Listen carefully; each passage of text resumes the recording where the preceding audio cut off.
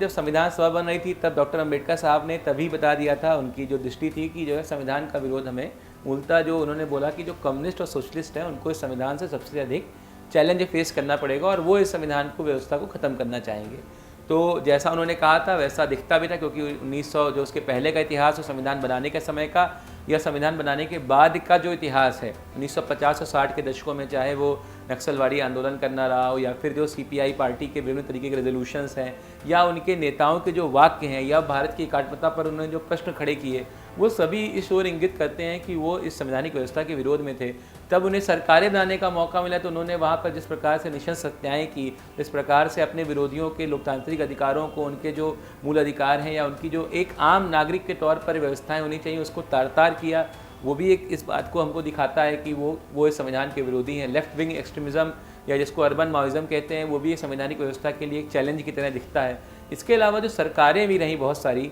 चाहे वो 1975 में जो है आपातकाल का लगाया जाना हो, चाहे वो संविधान संशोधन की प्रक्रिया के ऊपर जो बहस हुई गोलकनाथ, केशवानंद भारती, इस तरह के निर्णयों में और संवैधानिक संशोधन किए गए, वो व्यवस्था रही हो, चाहे वो शाह बानो का केस रहा हो, चाहे वो आर्टिकल 356 का दुरुपयोग रहा हो जिसमें राष्ट्रपति शासन बार बार लगाया गया अपने ही लोगों के विरोध में, चाहे वो कश्मीर में जो हिंदू रहते थे उनके जब अधिकारों पर कुठाराघात हुआ, उनके साथ नृशंस हत्या उनकी हो रही थी, तब उनके अधिकारों को जिस तरह से तार-तार किया गया और हमारी सरकारें जो है वो